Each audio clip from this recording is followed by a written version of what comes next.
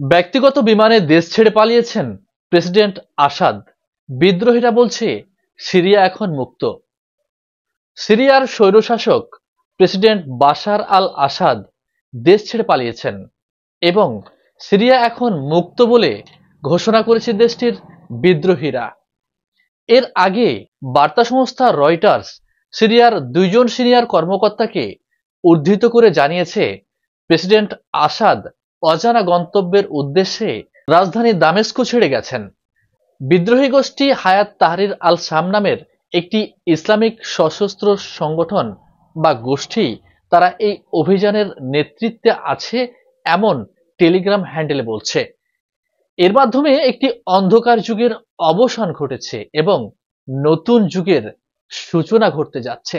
দামেস্কোর পথে পথে ব্যাপক সংখ্যক মানুষকে উল্লাস করতে দেখা গেছে। বিদ্রোহীরা বলছে, আসাদ সরকারের নিপীড়নের শিকার শত শত মানুষ যারা কারাবন্দী ও বাড়িঘর ছেড়ে পালিয়েছিলেন তারা এখন নিশ্চিন্তে বাড়ি ফিরতে পারবেন। এদিকে রাজধানীর সবচেয়ে বড় কারাগার সেদনায়া থেকে হাজার হাজার বন্দীকে মুক্ত করেছে বিদ্রোহীরা। সিরিয়ার বিভিন্ন শহর থেকে হিজবুল্লাহ বাহিনী তাদের সৈন্য প্রত্যাহার করেছে। এই পরিস্থিতিকে একজন বিশ্লেষক ৫৪ বছরের স্বৈর শাসনের চূড়ান্ত মুহূর্ত হিসেবে বিবিসির কাছে বর্ণনা দিয়েছেন। বিদ্রোহীরা দামেস্কে প্রবেশ করতে শুরু করেছে এমন ঘোষণা দেওয়ার পরপর প্রেসিডেন্টের দেশ ছাড়ার খবর পাওয়া যায়, কিন্তু শুরুতে সে খবর অস্বীকার করা হয়েছিল।